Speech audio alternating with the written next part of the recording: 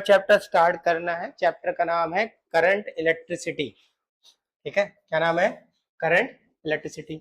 अभी तक दो चैप्टर जो पढ़े थे उसके अंदर हमने पढ़ा था इलेक्ट्रोस्टैटिक्स के बारे में। इलेक्ट्रोस्टैटिक्स मतलब जब चार्ज रुके हुए थे, रेस्ट पर थे, तो उसके अंदर दो चैप्टर पढ़े। पहला पढ़ा इलेक्ट्रिक चार्जेस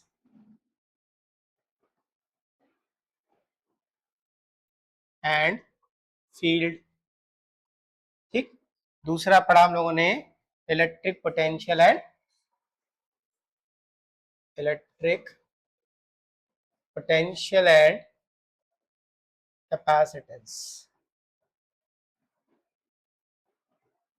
कैपेसिटेंस। ठीक है, ये दो चैप्टर पढ़े। इसमें क्या पढ़ा? इसमें हमने पढ़ा जब चार्ज रेस्ट पर है, किस पर है? रेस्ट पे है। ठीक है, चार्जेस कैसे हैं? रेस्ट पे हैं, तो इसके बारे में पढ़ा हमने। इसमें चार्जेस के बारे में पढ़ा, फील्ड क्या है वो पढ़ा, इलेक्ट्रिक पोटेंशियल क्या है, इलेक्ट्रिक पोटेंशियल एनर्जी क्या है, ठीक, और कैपेसिटेंस क्या है उसके बारे में पढ़ा। यहाँ चार्ज रेस्ट पर थे। ठीक, आज जो चैप्टर स्टार्ट करना है उसका नाम है करंट इलेक्ट्रिसिटी, या इसको बोल सकते हैं करंट डायनेमिक्स। करंट डायनेमिक्स इसका मतलब क्या होगा? अभी इस चैप्टर के अंदर चार्जेस मोशन में होंगे। Charges are in motion. Charge किसके अंदर आ जाएंगे? मोशन में। अब चार्ज जब मोशन में आ जाएंगे तो मोशन की वजह से कई सारे फिनोमेना आएंगे, जैसे इलेक्ट्रिक करंट।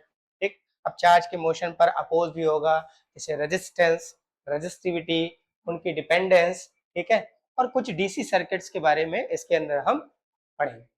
ठीक, विदाउट, ये है हमारा introduction of this electric current electricity chapter. ठीक, पढ़ते हैं सबसे पहला टॉपिक।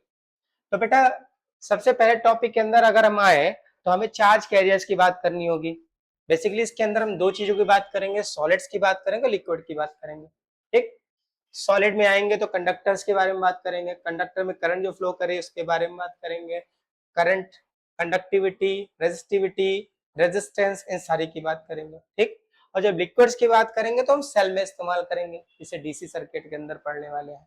ठीक, तो सबसे पहले समझेंगे कि जो सॉलिड, लिक्विड एंड गैसेस हैं, इनमें करंट कैरियर्स क्या होंगे। करंट कैरियर्स क्या होंगे? ठीक, तो देखो ध्यान से। सबसे पहले बात करते हैं सॉलिड की। इसकी बात करेंगे सॉलिड की। तो सॉलिड जो है वो तीन तरह के मटेरियल हो सकते हैं हमारे। कंडक्टर, ठीक, insulators and semiconductors.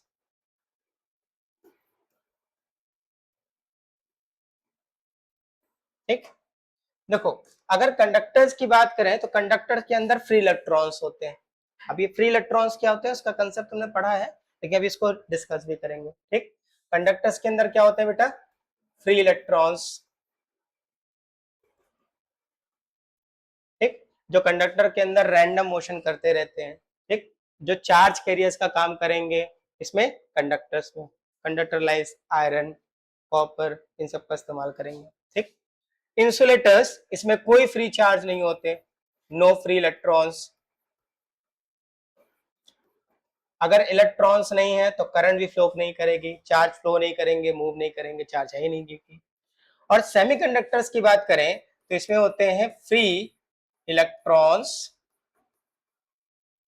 And holes. होता क्या है बेटा? जैसे इसके अंदर सेमीकंडक्टर की बात करें तो दो तरह के मटेरियल पढ़ेंगे इसके अंदर हम। एक आएगा सिलिकॉन एंड जर्मेनियम। ठीक, ओके, तो सिलिकॉन और जर्मेनियम की टेट्रावैलेंसी होती है, मतलब आउटर मोस्ट में 4 इलेक्ट्रॉन होंगे, तो हर एक जो इलेक्ट्रॉन है वो एक दूसरे इलेक्ट्रॉन से, यानी सिलिकॉन के एक दूसरे एटम के साथ एक इलेक्ट्रॉन की शेयरिंग करता रहता है, यानी सिंगल कोवेलेंट बॉन्ड बनेगा। अगर हम इतनी एनर्जी प्रोवाइड कर दें, ये सिंगल कोवेलेंट बॉन्ड क्या हो जाए? ब्रेक हो जाए। जैसे ही मान लो ये है, ये आपका सिलिकॉन है और ये आपका एक सिलिकॉन है। ठीक, एक एक इलेक्ट्रॉन की शेयरिंग हो रही है। अगर हम इसको एनर्जी दे देते ये बॉन्ड क्या हो जाएगा? ब्रेक हो जाएगा। बॉन्ड ब्रेक होगा तो इलेक्ट्रॉन अपने प्लेस को छोड़ करके फ्री आ जाएगा।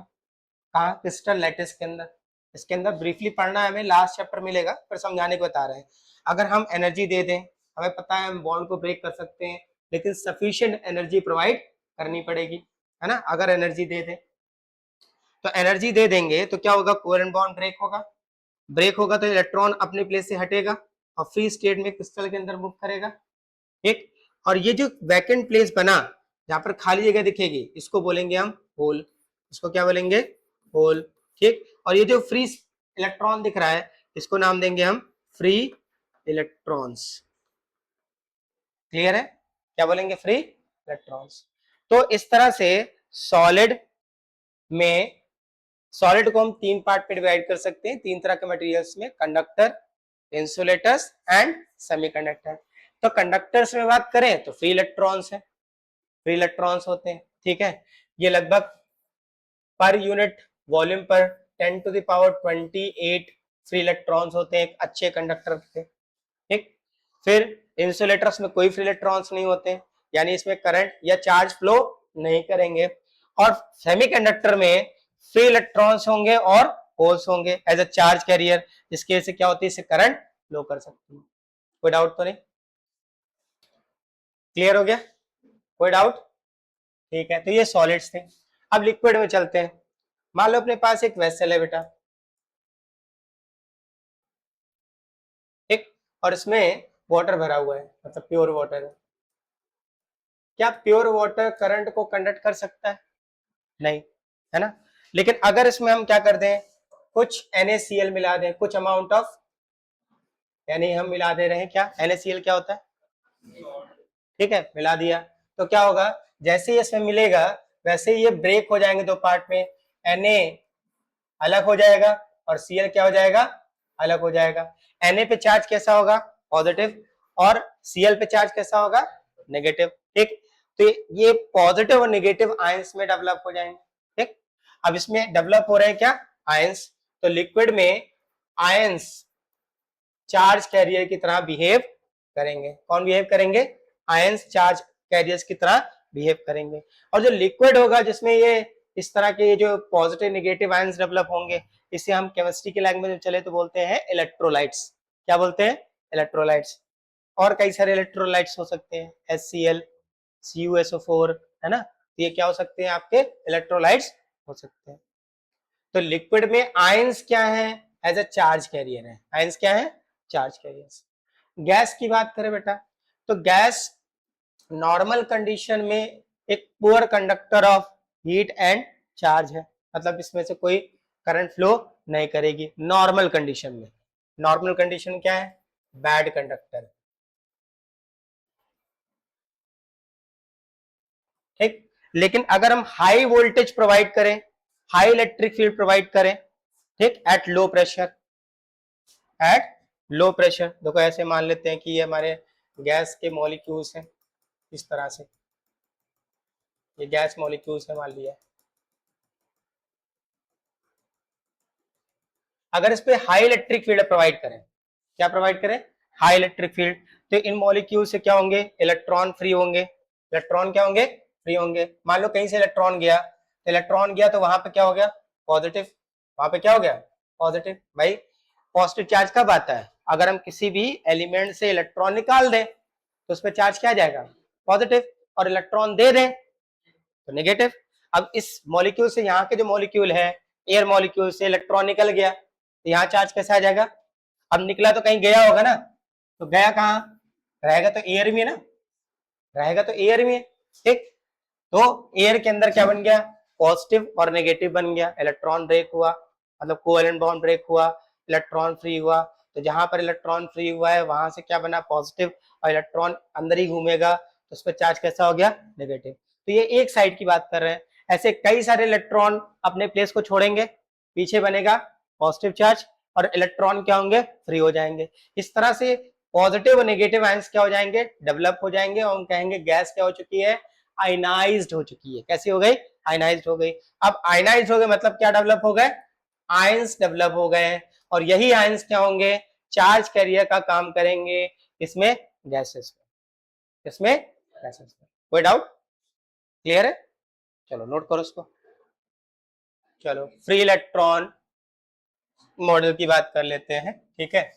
तो फ्री इलेक्ट्रॉन्स क्या है समझना बेटा, ये अपना क्या है, न्यूक्लियस है। ये अपना क्या है बेटा, न्यूक्लियस, ठीक है। और इसके अंदर ये जो आप देख रहे हो ना, ये रेड से, ये प्रोटॉन है, ये क्या है, प्रोटॉन, ठीक। और ये जो ग्रीन से देख रहे हो, ये क्या है, न्यूट्रॉन्स, ठीक। खाली इतनी ज्यादा बातचीत नहीं करेंगे, मैं समझा रहे हैं। और ये जो आप देख रहे हो, ठीक है, इसमें ये क्या है, ऑर्बिट्स हैं, जिनमें ये जो है वो क्या है, इलेक्ट्रॉन्स है। क्या है बेटा, इलेक्ट्रॉन्स, ठीक। जो फिक्स ऑर्बिट में क्या कर रहे हैं, रिवॉल्व कर रहे हैं, ठीक।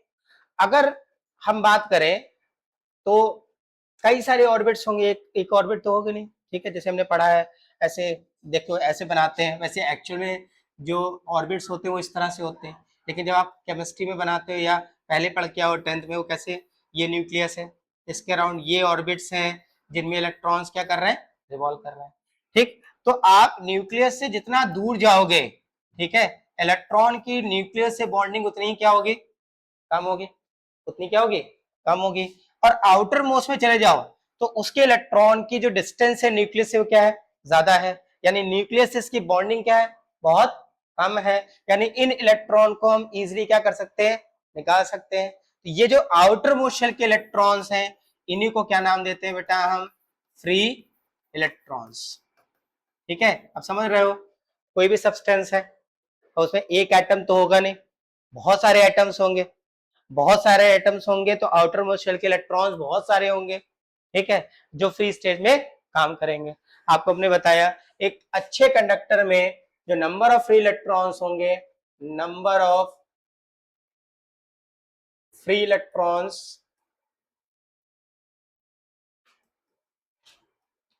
पर यूनिट वॉल्यूम, इसका जो नंबर होगा, ठीक है, वो होगा 10 to the power 28 electrons per unit volume, ठीक है, पर यूनिट वॉल्यूम पर या पर मीटर क्यूब पर, ठीक है, पर मीटर क्यूब पर इतने नंबर ऑफ फ्री इलेक्ट्रॉन्स होंगे, कितने, 10 to the power 28, ठीक। एक एटम की कहानी हमने बात करी कि आउटर मोस्ट शेल इलेक्ट्रॉन्स की जो बॉन्डिंग है न्यूक्लियस से वो क्या होगी, बहुत कम होगी, यानी ये इजिली क्या हो सकता है, बाहर निकाला जा सकता है या फ्री स्टेट में मूव कर सकता है, क्योंकि इसकी बॉन्डिंग जो है वो क्या बहुत कम है, ये बाइंड है बहुत कम एनर्जी से न्यूक्लियस से, तो यही इलेक्ट्रॉन क्या कहलाता है, फ्री इलेक्ट्रॉन कहलाता है किसी एक एटम के अंदर। अब अगर हम 1 मीटर क्यूब ले रहे हैं तो बहुत सारे एटम होंगे, बहुत सारे एटम होंगे तो उनके अंदर पर मीटर क्यूब में जो फ्री इलेक्ट्रॉन्स होंगे वो कितने होंगे, 10 to the power 28, क्लियर। अगला जो पॉइंट है बेटा, नेक्स्ट टॉपिक जो है वो है इलेक्ट्रिक करंट। ये इलेक्ट्रिक करंट क्या है, ठीक। तो हमने बात करी कि अगर एक कंडक्टर ले रहे हैं तो इसके पर यूनिट वॉल्यूम पर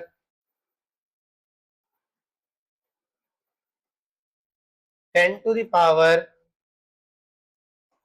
28 इलेक्ट्रॉन्स होंगे, ठीक है।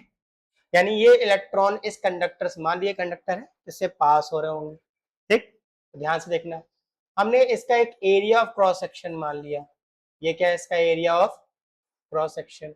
एरिया ऑफ क्रॉस सेक्शन पता है ना, इक्वल डिस्टेंस, मतलब पार्ट लेकर के छोटे छोटे पार्ट में कट करें, एक पार्ट जो होगा वो क्या होगा, एरिया ऑफ क्रॉस सेक्शन होगा, ठीक। अब इस एरिया ऑफ क्रॉस सेक्शन से लेट किया, let Q charge passing in time T. देखो हम कंसेप्ट समझ रहे हैं कि इलेक्ट्रिक करंट क्या है, तो अभी हमने इलेक्ट्रिक करंट की डेफिनेशन बात नहीं करी है, अभी हम कह रहे हैं कि मान लिया कि ये कंडक्टर है, ठीक है, इसके पर यूनिट एरिया से टी टाइम में क्यू चार्ज जा रहा है, ठीक है। अब आपसे पूछे 1 सेकंड में कितना चार्ज जाएगा, बताइए, टी टाइम में कितना चार्ज जा रहा है, क्यू, तो 1 सेकंड में कितना टाइम, कितना चार्ज पास होगा, क्यू बाई टी, ठीक है।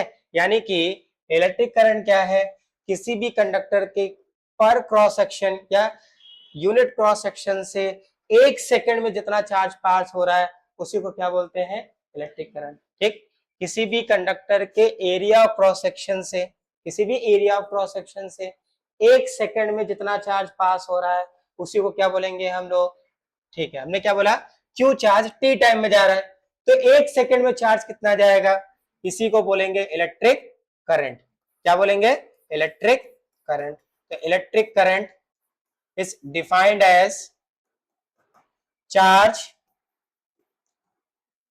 Flowing through a conductor in 1 second. तो नीचे क्या रखेंगे बेटा, टाइम। 1 सेकंड में निकाला ना, टी टाइम में क्यू चार्ज, तो 1 सेकंड में charge Q upon T, Q upon T. ठीक, इलेक्ट्रिक करंट को रिप्रेजेंट करते हैं किससे, आई से, और चार्ज को क्यू से, क्यू लिया है कैपिटल, ठीक है, स्मॉल भी रख सकते हैं, और टाइम कितना, टी। ठीक, ये जो वैल्यू निकल के आ रही है ना, इसे एवरेज करंट बोलते हैं। क्या बोलते हैं इसको, एवरेज करंट। इसको क्या नाम देंगे, एवरेज करंट। ठीक है, क्योंकि ऐसा नहीं है कि एक ही इलेक्ट्रॉन पास होगा, कई सारे पास हो रहे होंगे, इसको क्या बोलेंगे, एवरेज करंट। ठीक, एक करंट और आएगी इसमें हम बात करेंगे, इसका नाम है इंस्टेंटेनियस करंट। कौन सी करंट बेटा,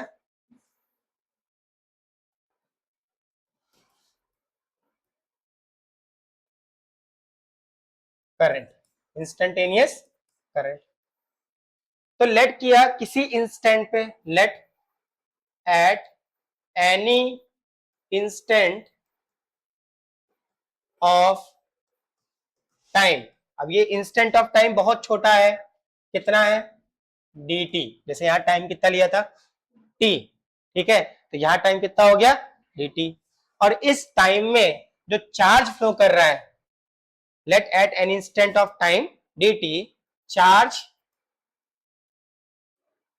फ्लो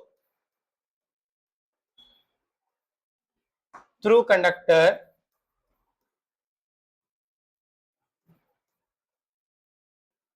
इज dq।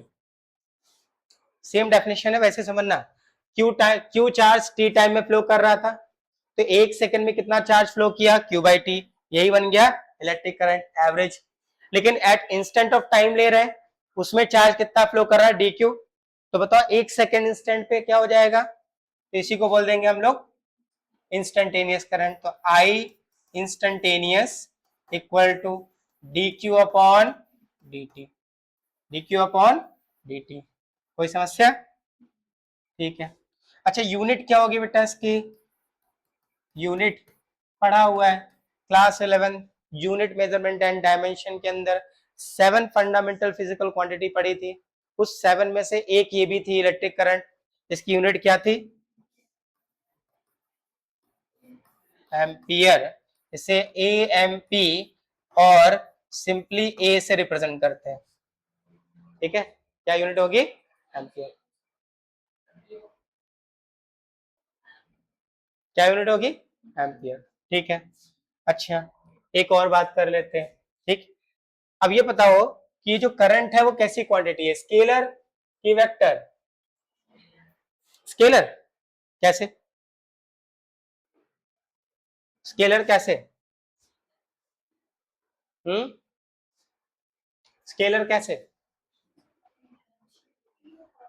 डायरेक्शन तो है, मान लो अगर चार्ज ऐसे फ्लो कर रहा है ऐसे पर यूनिट टाइम पे, तो करंट की डायरेक्शन भी तो यही होगी, हाँ है ना।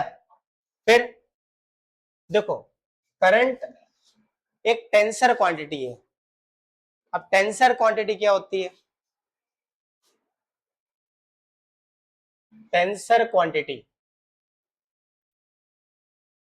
एक ऐसी क्वांटिटी जिसको रिप्रेजेंट करने में हम डायरेक्शन तो दिखाते हैं, बट वो वेक्टर्स के एडिशन लॉ को फॉलो नहीं करते।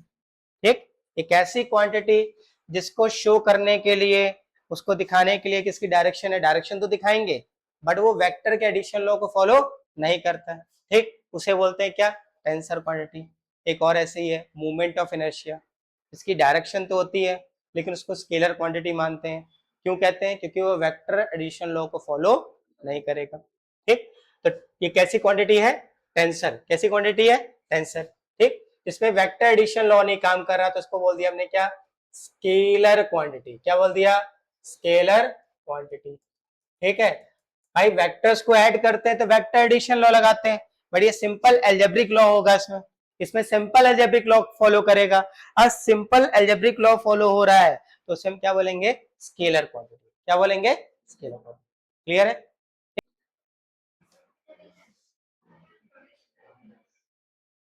देखो बेटा, आगे बात करते हैं डायरेक्शन ऑफ करंट की। ठीक है, तो अब दो तरह के करंट मानेंगे, वैसे तुमको माननी एक ही है, बट दोनों का मीनिंग समझा दे रहे हैं तुमको। ठीक, देखो अगर मान लो ये कंडक्टर है, ठीक, कंडक्टर है तो फ्री इलेक्ट्रॉन्स होंगे, इसको हम एक एक्सटर्नल सोर्स से कनेक्ट कर देते हैं। ठीक है, ये हमने एक्सटर्नल सोर्स से कनेक्ट कर दिया और यहां लगा दी एक की। क्या लगा दी, की। ठीक, अब जैसे ही की क्लोज करोगे, ये वाला जो पॉइंट है वो पॉजिटिव और ये क्या है, यानी ये हायर पोटेंशियल और ये क्या है, लोअर पोटेंशियल होगा। ठीक, अगर मान लो इस कंडक्टर के अंदर पॉजिटिव चार्ज है, वैसे पॉजिटिव चार्ज ही फ्लो करेगा। ठीक, तो जो करंट फ्लो करेगी वो कैसे मानेंगे, from positive end to negative end, या कह सकते हैं from higher potential to lower potential. ये पॉजिटिव चार्ज है जो फ्लो कर रहा है। जो करंट माननी है वो हमेशा किस में रखनी है, पॉजिटिव चार्ज की डायरेक्शन में। करंट हमेशा हाई पोटेंशियल से लो पोटेंशियल माननी है। तो ये वाली जो करंट हम मानते हैं ना, ये कौन सी करंट होती है, कन्वेंशनल करंट। कौन सी है, कन्वेंशनल करंट। अपने कन्वीनियंट के लिए मानते हैं, बट एक्चुअल में जो करंट होती है वो कौन सी होती है, कंडक्शन, जिसे इलेक्ट्रॉनिक करंट भी बोलते हैं। क्या बोलते हैं, इलेक्ट्रॉनिक करंट। देखो कैसे होगा, पहले वाले चैप्टर को यहां लगाना है। ठीक है, ध्यान समझना। इस कंडक्टर के अंदर नंबर ऑफ फ्री इलेक्ट्रॉन्स है, आया ना। जैसे आप हायर पोटेंशियल और लो पोटेंशियल लगाओगे तो करंट, सॉरी, एक इलेक्ट्रिक फील्ड इस पे काम करेगी जिसकी डायरेक्शन होगी फ्रॉम पॉजिटिव टू नेगेटिव। ठीक, इसकी वजह से हर एक इलेक्ट्रॉन एक फोर्स एक्सपीरियंस करेगा और किधर भागेगा, देखो इलेक्ट्रिक फील्ड की अपोजिट डायरेक्शन में, इस तरफ। ठीक, तो इन इलेक्ट्रॉन के मोशन की वजह से करंट डेवलप होगी, जिसे क्या बोलेंगे, कंडक्शन या इलेक्ट्रॉनिक करंट। ठीक, लेकिन कंफ्यूजन ना हो, ठीक है, और कैलकुलेशन हमारी स्मूथ हो, इजी हो, उसके लिए हमेशा हम जो करंट की डायरेक्शन मानते हैं वो कहां से मानेंगे, from higher potential to lower potential. यानी करंट के, इलेक्ट्रॉन के मोशन की अपोजिट डायरेक्शन में करंट को मानना है। इलेक्ट्रॉन के मोशन के अपोजिट डायरेक्शन में क्या मानना है, करंट। तो कोई इलेक्ट्रॉन मोशन इधर कर रहे हैं और इलेक्ट्रिक करंट की डायरेक्शन किधर होगी, इस तरफ। ठीक, कैसा मानना है, कन्वेंशनल का मतलब कन्वीनियंट। ठीक, तो इलेक्ट्रिक करंट की जो डायरेक्शन माननी है वो हमेशा इलेक्ट्रॉन के मोशन के अपोजिट माननी है। ठीक है, हमारी जो फिजिक्स में करंट होगी वो कंडक्शन करंट ही होती है, जिसे हम इलेक्ट्रॉनिक करंट बोलते हैं। क्या बोलते हैं, इलेक्ट्रॉनिक करंट। ठीक, तो यहाँ डेफिनेशन भी लिखी है, अगर पॉजिटिव चार्ज फ्लो कर रहा है तो उसकी वजह से जो करंट होगी वो कन्वेंशनल करंट होगी।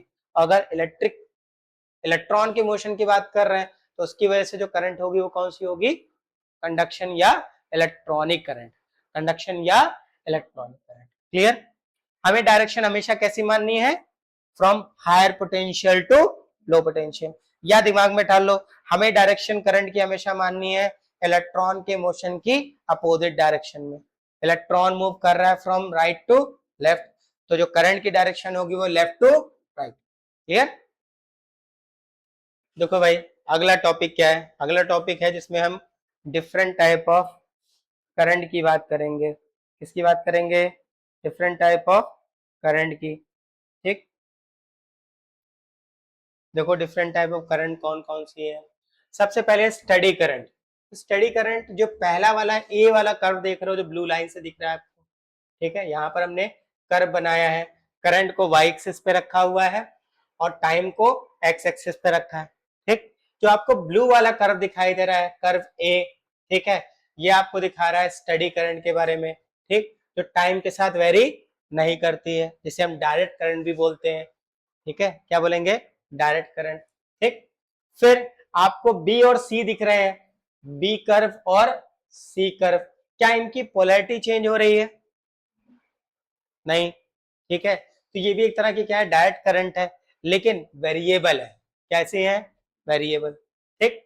फिर डी कर्व आपको दिखाई दे रहा है, जिसमें टाइम के साथ लगातार वैल्यू पहले क्या हो रही है, बढ़ रही है, फिर घट के जीरो हो जा रही है, किसकी, करंट की वैल्यू टाइम के साथ लगातार पहले जीरो से मैक्सिमम, फिर मैक्सिमम से जीरो, फिर देखो पहले पॉजिटिव थी, अब कैसी बन गई, नेगेटिव, पहले जीरो से मैक्सिमम, फिर मैक्सिमम से जीरो, फिर कैसी बन गई, फिर देखो पॉजिटिव हो गई, जीरो से मैक्सिमम, मैक्सिमम से जीरो, जीरो से मैक्सिमम, फिर मैक्सिमम से जीरो, तो नेगेटिव बन गई।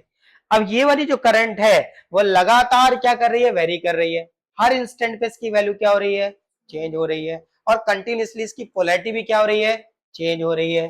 तो इसको जो नाम देते हैं उसको बोलते हैं बेटा ऑल्टरनेटिंग करंट, जिस पर एक अलग से चैप्टर बना हुआ है हमारे पास, ठीक, चैप्टर नंबर 7, उसके अंदर इस ऑल्टरनेटिंग करंट के बारे में प्रॉपरली स्टडी करेंगे, प्रॉपरली इसके बारे में समझेंगे, ठीक है, कि ऑल्टरनेटिंग करंट में वोल्टेज कैसे वेरी करेगा, ठीक, ईएमएफ कैसे वेरी करेगा, जैसे वोल्टेज कहेंगे हम आगे चल करके, ठीक, इंस्टेंटेनियस पावर क्या होगी, पावर कैसे काम करेगी, सारी चीजें वहां पर बात करेंगे इस चैप्टर के अंदर।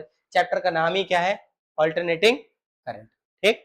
तो देखो पहले बात करें स्टडी करंट, जो टाइम के साथ वेरी नहीं कर रही है, फिर वेरिएबल करंट है, जिनके मैग्नीट्यूड टाइम के साथ क्या कर रहे हैं, वेरी कर रहे हैं, बी और सी कर्व की बात कर रहे हैं, ठीक। और डी कर्व जो है उसमें क्या हो रहा है, टाइम के साथ साथ वैल्यू क्या हो रही है, पॉजिटिव नेगेटिव भी हो रही है, और लगातार क्या कर रही है, वेरी भी कर रही है।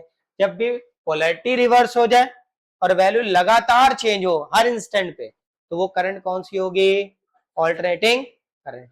कोई डाउट, क्लियर। देखो भाई कुछ क्वेश्चन करते हैं। पहला क्वेश्चन देखो इस पे क्या डिपेंड कर रहा है। पहला क्वेश्चन कह रहा है, first question on electric current, समझना बेटा। कह रहा है in a hydrogen atom electron moves in an orbit of radius 5 into 10 to the power minus 11 meter with a speed of 2.2 into 10 to the power 6 meter per second. Calculate the equivalent current. Question कह रहा है एक hydrogen atom है, एक electron move कर रहा है एक ऑर्बिट में, ये मान लिया ऑर्बिट हो गई, इसकी रेडियस कितनी है, 5 into 10 to the power minus 11 metre, ठीक, और मूव कर रहा है विद स्पीड ऑफ, मतलब यहां मान लो इलेक्ट्रॉन है, ये मूव कर रहा है किस स्पीड से, 2.2 इंटू 10 की पावर 6 मीटर पर सेकेंड।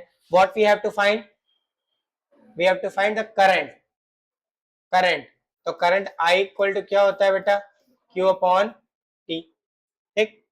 अब इलेक्ट्रॉन है और एक ही इलेक्ट्रॉन है, तो क्यू के बारे में इंफॉर्मेशन तो मिल गई हमारे पास, क्यू को लिख सकते हैं एन ई, एन की वैल्यू 1, तो ई अपॉन टी। अब टी की वैल्यू निकालनी होगी, किसकी वैल्यू निकालनी होगी, टी की, क्योंकि इस क्वेश्चन में टी की कोई वैल्यू नहीं दे रखी है, कोई इंफॉर्मेशन नहीं है, तो ये कैसे निकालोगे। देखो इलेक्ट्रॉन रिवॉल्व कर रहा है तो वापस घूम के यहीं पे आएगा, एक चक्कर लगाएगा, तो एक कंप्लीट सर्कल कवर करने में से डिस्टेंस कितनी ट्रेवल करनी पड़ेगी, डिस्टेंस कितनी होगी बेटा, डिस्टेंस होगी सरकमफ्रेंस के बराबर, जो हो गई 2 पाई आर, 2 पाई आर। अब देखो स्पीड दे रखी है अपने पास, कितनी दे रखी है, ये दे रखी है, तो स्पीड का फॉर्मूला अपने पता है, speed equal to distance upon time. अब जरा इस फॉर्मूले में ध्यान से देखो, तो स्पीड पता है, डिस्टेंस 2 पाई आर पता है, क्या निकालना है, टाइम, तो टाइम इक्वल टू क्या हो जाएगा, डिस्टेंस यानी 2 पाई आर अपॉन स्पीड यानी v। तो जहां t है यानी यहां पर t की जगह पे क्या रखेंगे, 2 pi r by v, place करो यहाँ पे, तो क्या बन गया, I equal to E upon 2 pi r, और डिवाइड में क्या होगा v, अपॉन के अपॉन कहाँ लिखते बेटा, ऊपर, तो क्या आ गया, E V upon 2 pi r आया। अब वैल्यू रखना स्टार्ट करते हैं, I equal to E, charge on electron 1.6 into 10 to the power minus 19, ठीक। इसके बाद v स्पीड कितनी है, 2.2 इंटू 10 की पावर 6 डिवाइड बाय 2 इंटू, देखो अगर 22/7 रखो तो कैंसिल हो रहा है ना, तो सीधे लिखते हैं 22/7 इंटू आर की वैल्यू कितनी है 5 इंटू 10 टू द पावर -11। अब जो कट हो रहा है उसको कट करते हैं, देखना ध्यान से। देखो यहां से पॉइंट हटा दो, ठीक, तो एक जीरो यहां बढ़ा दो, बढ़ गया 22 से 22 खत्म, ठीक, ओके। इसके बाद देखो एक पॉइंट यहां से और उड़ा दो, तो यहां जीरो बढ़ा दो, ठीक है। अब एक काम करो 4 के टेबल से कट करो, तो ये गया 5 टाइम और ये गया 4 टाइम, आया कि नहीं आया, ठीक। अब जो जितना नंबर बच रहा पहले लिख लो। अच्छा डिवाइड में 7 के अपॉन 22 के अपॉन 7 है, डिवाइड की डिवाइड कहाँ भेज सकते हैं बेटा, ऊपर, तो इसको लिख दिया i इक्वल टू 4 इंटू 7 और 10 की पावर -19 प्लस x माइनस का 13, माइनस का 13। अब डिवाइड में आ जाओ, 10 की पावर -11 है तो ऊपर जाके क्या हो जाएगी 10 की पावर, ठीक है। अब जो नीचे बच रहा है नंबर उसको लिख लो, कितना 50 इंटू 50, तो यही बच रहा है, ठीक है, कोई डाउट तो नहीं। कैलकुलेशन बेटा अपने हिसाब से करना चाहो तो अपने हिसाब से कर सकते हो, ठीक। अब देखो 2 जीरो यहाँ पर, तो मतलब 10 की पावर 2 लिख सकते हैं इसको, तो क्या हो गया 25 इंटू 10 की पावर 2। इसको सॉल्व करेंगे तो कितना आ जाएगा ये 28 डिवाइड बाई 25 इंटू 10 की पावर -13 प्लस की 11 और ये माइनस इधर नीचे प्लस की 2 है, ऊपर जाके क्या हो जाएगा माइनस का 2, ठीक। अब इसको सॉल्व करो, ये 1 टाइम जाएगा, फिर कितना बचा 3, पॉइंट लगाया जीरो बढ़ाया 0.1, कितना बचेगा 5, है ना, फिर 0, कितना टाइम गया 2 और यहां से सॉल्व करेंगे तो 13 -11 माइनस का 2 और माइनस का 2 मतलब 10 की पावर -4 एम्पियर। इतनी करंट डेवलप होगी due to one motion of electron around the nucleus of hydrogen atom. Clear, कोई डाउट तो नहीं, नोट कर लो इसको। नेक्स्ट क्वेश्चन है the electric current through a wire depends on time as I equal to I naught plus alpha t. I naught की value कितनी है 10 एम्पियर और अल्फा कितना है 4 ampere per second, 4 ampere per second. Find the charge, find the charge, क्या find करना है, charge find करना है that cross through a section of the wire in 10 second. हमें फाइंड करना है 10 सेकेंड में किसी वायर के क्रॉस सेक्शन से कितना चार्ज फ्लो करेगा ड्यू टू दिस करंट।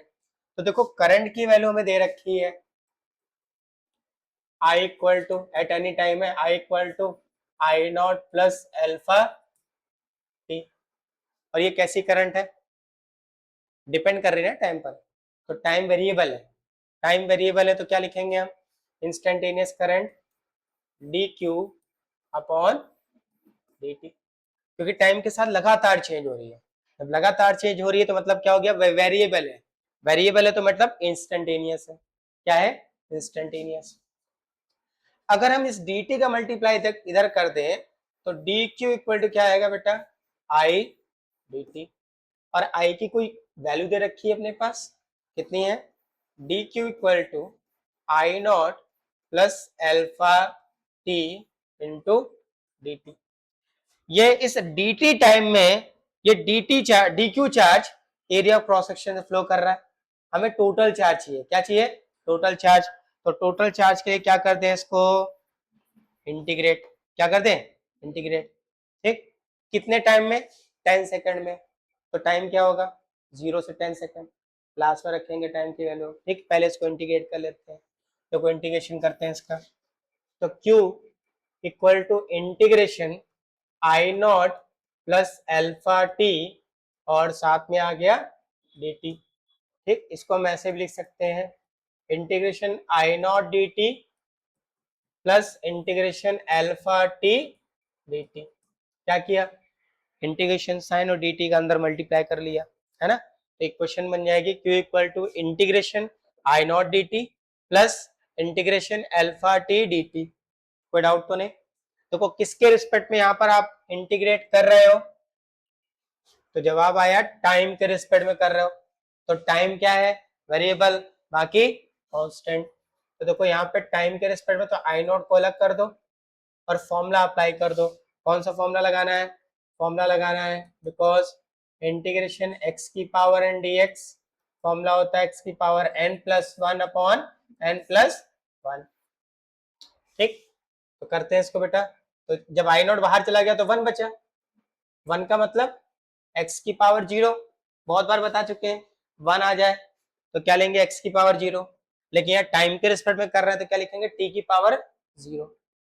अब ये फॉर्मूला लगाएंगे तो t की पावर 0 प्लस 1 मतलब t, ठीक, और डिवाइड में 0 प्लस 1 डिवाइड में 1 लिखते नहीं, ठीक है। अच्छा लिमिट हमें पता है, कितने सेकंड तक निकालना है, 10 सेकंड। तो हम 0 से स्टार्ट करेंगे, कहां तक जाएंगे, 10 सेकंड तक, 0 से 10 सेकंड तक। तो यहाँ लिमिट रखते हैं 0 से 10 सेकंड। वैसे चाहो तो डायरेक्टली 10 लिख सकते हो तुम, ठीक, तो डायरेक्टली 10 ही लिखते हैं, हटाओ उसको, डायरेक्टली क्या रखेंगे 10 प्लस। अब इसको इंटीग्रेट करते हैं, देखो अल्फा बाहर कर दो, ठीक, यहाँ पावर कुछ नहीं तो क्या है 1, लगाओ फॉर्मूला, तो t की पावर 2 अपॉन 2 ये आएगा। कोई डाउट तो नहीं। अब t की जगह क्या रख देना है बेटा, 10 सेकेंड, क्या रखना है 10 सेकेंड। तो q equal to I naught, और आई नॉट की वैल्यू कितनी है 10, और t की वैल्यू क्या रखनी है 10, ठीक, प्लस अल्फा, अल्फा की वैल्यू कितनी है 4, और t की जगह कितना रखना है बेटा 10, 10 का square 100 divide by 2। q equal to ये मल्टीप्लाई किया तो कितना आ गया 100, यहां से देखो ये इसको कैंसिल कर दिया, कितना आया 50, 50 इंटू 4 200, कितना आएगा 200। अब इसको ऐड कर दो तो क्या आ गया 300 चार्जेस, चार्ज है ना, तो कूलाम 300 कूलाम चार्ज होगा, वो क्या करेगा इस कंडक्टर के क्रॉस सेक्शन से 10 सेकंड में पास कर जाएगा, ठीक है। कोई डाउट, नोट कर लो, देखो ध्यान से। when the wire is not connected with external source, मतलब एक कंडक्टर लिया है, ठीक है, कंडक्टर है जिसमें नंबर ऑफ इलेक्ट्रॉन्स होंगे, ठीक, उसको हमने किसी एक्सटर्नल सोर्स से कनेक्ट नहीं किया। जब नहीं किया है तब भी तो उसके अंदर फ्री इलेक्ट्रॉन्स है ना, इलेक्ट्रॉन्स है तो उसकी कहानी समझते हैं क्या है, ठीक, समझना बेटा। जैसे ये कंडक्टर है अपना, कंडक्टर बना लेते हैं यहाँ पर, है कंडक्टर, देखो बना लेते हैं, ये फ्री, ये अपना एक कंडक्टर है, ये रहा। अब इसमें कई सारे इलेक्ट्रॉन्स होंगे, ठीक है, फ्री इलेक्ट्रॉन्स होंगे, ये फ्री इलेक्ट्रॉन्स है, ठीक। अब ये फ्री इलेक्ट्रॉन्स क्या करते हैं, रैंडम मोशन करते रहते हैं कंडक्टर के अंदर, ठीक, ये फ्री इलेक्ट्रॉन क्या करते हैं, रैंडम मोशन करते रहते हैं कंडक्टर के अंदर, ठीक। अगर हम कोई एक एरिया, एक क्रॉस सेक्शन मान लें, कोई एक क्रॉस सेक्शन मान लें, ठीक है, तो होगा क्या, देखेंगे कई सारे इलेक्ट्रॉन्स इस क्रॉस सेक्शन से पास हो रहे हैं, इस तरफ भी और कुछ इस तरफ भी, ठीक है, रैंडम मोशन है। कैसा मोशन है, रैंडम। तो ओवरऑल देखेंगे कई इलेक्ट्रॉन्स की जो डायरेक्शन है मोशन की वो इस तरफ है, और कुछ की किधर है, इधर है। तो वेलोसिटीज को अगर हम ऐड करेंगे तो जो एवरेज वेलोसिटी निकल के आएगी इनिशियल, उसे बोलेंगे एवरेज थर्मल वेलोसिटी। क्या बोलेंगे, एवरेज थर्मल वेलोसिटी। लेट कर लिया कि इस कंडक्टर के अंदर n number of free electrons हैं, कितने हैं, capital N number of free electrons, capital N number of free electrons, capital मतलब total number of free electrons, और कहीं भी स्मॉल मिलेगा तो मतलब है number of electrons per unit volume, per unit volume. पहले दिमाग में बैठा लो, कैपिटल N का मतलब क्या है, total number of free electrons, और स्मॉल n का मतलब क्या होगा, number of free electrons per unit volume, per unit volume. हमने बोला इसमें कि कई सारे कंडक्टर हैं, n number of free electrons हैं, लेट इनकी वेलोसिटी जो है वो क्या है, u1, u2, u3 and so on. Initially देख रहे हैं, अभी हमने कंडक्टर को किसी भी एक्सटर्नल सोर्स से कनेक्ट नहीं किया, ठीक। एवरेज निकालेंगे तो जो वैल्यू आएगी वो कहलाएगी average thermal velocity u1। Average निकालना याद है ना, sum of all observation upon number of observation. ये पढ़ा था, कहाँ पढ़ा था, 10th में, एवरेज निकालने के लिए, ठीक। अब हम क्या कह रहे हैं कि रैंडम मोशन है इलेक्ट्रॉन्स का, तो कई सारे इलेक्ट्रॉन्स हमें इस तरफ जाते दिखाई देंगे, यानी वेलोसिटी इस तरफ होंगी, और कई सारे इलेक्ट्रॉन इस तरफ जाते दिखाई देंगे, यानी वेलोसिटी इधर होगी, ठीक। तो यानी क्या हो गया, ऑल एन एवरेज देखें तो ये वेलोसिटी अपोजिट है, अपोजिट है तो क्या होगा, ये सारी वेलोसिटी एक दूसरे क्या कर देंगे, कैंसिल कर देंगे। तो एवरेज थर्मल वेलोसिटी क्या निकल के आएगी कंडक्टर के अंदर, फ्री इलेक्ट्रॉन्स की जीरो। फ्री इलेक्ट्रॉन्स की एवरेज वेलोसिटी क्या निकल के आएगी बेटा, जीरो। तो किसी कंडक्टर के अंदर जब वो किसी एक्सटर्नल सोर्स से कनेक्टेड नहीं है तो जो एवरेज थर्मल वेलोसिटी होगी वो क्या होगी, जीरो। अब जब एवरेज वेलोसिटी जीरो है तो इलेक्ट्रॉन एक ही जगह पे मूव करता रहेगा, इधर से उधर मूव ही नहीं कर पाएगा। जब मूव ही नहीं कर पाएगा तो क्या देखेंगे, करंट की वैल्यू क्या होगी, जीरो। तो नेट करंट की वैल्यू क्या होगी बेटा, जीरो। नेट करंट की वैल्यू क्या होगी, जीरो, ठीक। कब है ये, when the wire is not connected to the external source in random motion of free electron, ठीक, क्लियर। मतलब मान लो कि अपने पास ये कंडक्टर है, ये है, कुछ भी मान लो यही है, इसको सोर्स से करंट ना करें, इसके अंदर तो बैटरी है, वो अंदर काम कर रही है अलग से, लेकिन मान लो कंडक्टर है तो इसके अंदर नंबर ऑफ फ्री इलेक्ट्रॉन्स है। अब अगर इसको एक्सटर्नल सोर्स प्रोवाइड नहीं करेंगे तो इसके इलेक्ट्रॉन रैंडम मोशन करेंगे, ठीक है, और एक दूसरे के मोशन को क्या कर देंगे, कैंसिल कर देंगे। तो वायर को अगर हम पकड़ लें तो हमें करंट फील नहीं होता, इसका मतलब नेट करंट की वैल्यू क्या है, जीरो है, ठीक। आगे देखो बेटा, नेक्स्ट पॉइंट है mean free path. Next point क्या है, मीन फ्री पाथ। अब ये मीन फ्री पाथ क्या होता है समझना। देखो हमने बात की कि कंडक्टर के अंदर फ्री इलेक्ट्रॉन्स होते हैं, तो भाई ठीक है, फ्री इलेक्ट्रॉन्स है, एक यहाँ मान लेते हैं, एक यहाँ मान लेते हैं, और एक यहाँ मान लेते हैं, ऐसे, ठीक है, लेट किया, ठीक। अब ये इलेक्ट्रॉन जा रहा था, मूव कर रहा है v1 वेलोसिटी से, इससे टकराया, ठीक है, टकरा के डायरेक्शन क्या हो गई, चेंज हो गई, और यहाँ टकराया। तो ये वाला जो इलेक्ट्रॉन है दो सक्सेसिव कोलिजन कर रहा है, कर रहा है, आया ना, ठीक है। तो दो सक्सेसिव कोलिजन के बीच में जो डिस्टेंस ट्रेवल करेगा उसको बोलेंगे फ्री पाथ।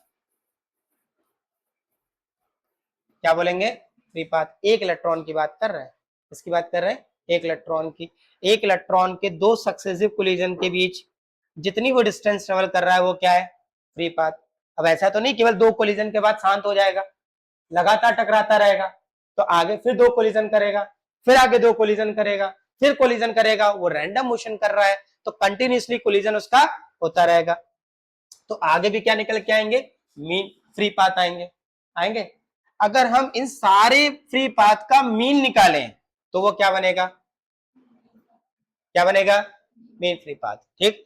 फ्री पाथ क्या है, दो सक्सेसिव कोलिजन में इलेक्ट्रॉन के थ्रू चली गई डिस्टेंस क्या है, फ्री पाथ है, ठीक है। अब दो सक्सेसिव कोलिजन के बाद वो ठंडा तो बैठेगा नहीं, टकराएगा जाकर फिर दूसरे इलेक्ट्रॉन से, तो फिर और सक्सेसिव कोलिजन होंगे, ठीक। इस तरह से कई सारे मीन फ्री पाथ आएंगे, उन सबका अगर एवरेज निकाल ले तो एवरेज क्या कहलाएगा, मीन फ्री पाथ, ठीक। एक अच्छे कंडक्टर के अंदर ये जो मीन फ्री पाथ की वैल्यू होगी, मीन फ्री पाथ, इसकी जो वैल्यू होगी बेटा वो 10 टू द पावर -9 मीटर के आसपास होगी, approximate 10 to the power -9 metre. कोई समस्या, पक्का, कोई डाउट, ठीक है। अगला पॉइंट है बेटा अपने पास, next point, point number 3, relaxation time. क्या है, रिलैक्सेशन टाइम। अब ये रिलैक्सेशन टाइम क्या होता है, तो हमने बात करी कि कंटिन्यूसली इलेक्ट्रॉन क्या कर रहा है, रिवॉल्व कर रहा है, सॉरी रैंडम मोशन कर रहा है, और रैंडम मोशन के दौरान ये दूसरे इलेक्ट्रॉन्स की क्या कर रहा है, टकरा रहा है। ठीक है, तो दो सक्सेसिव कोलिजन में जो टाइम लगा वही क्या है इसका, वही क्या है, रिलैक्सेशन टाइम है। ठीक है, रिलैक्सेशन टाइम को हम टाउ से रिप्रेजेंट करेंगे। किससे रिप्रेजेंट करेंगे, टाउ से, उल्टा जे। पीछे चैप्टर में पढ़ के आ रहे हो, उसको क्या बोला था, टॉर्क। क्या बोला था, टॉर्क। यहाँ क्या बन गया, ये टाउ, जिसे क्या बोलेंगे, रिलैक्सेशन टाइम। अब ये रिलैक्सेशन टाइम कैसे निकाल सकते हो, ठीक है, तो उसकी वैल्यू होती है रिलैक्सेशन टाइम की। किसी भी अच्छे कंडक्टर के लिए इसकी जो वैल्यू होगी वह अप्रोक्सीमेट 10⁻⁻14 सेकेंड होगी। कितनी होगी बेटा, 10⁻⁻14 सेकेंड। कोई समस्या तो नहीं, पक्का। अच्छा, अब इसको निकालने का फॉर्मूला भी है, कैसे निकालोगे। अच्छा, ये टाइम है, तो टाइम का जनरल फॉर्मूला डिस्टेंस और स्पीड के साथ में अगर बात करें, speed equal to distance upon time. अच्छा, तो हमने पढ़ा भी यहाँ पर, क्या पढ़ा, तो टाइम यानी रिलैक्सेशन टाइम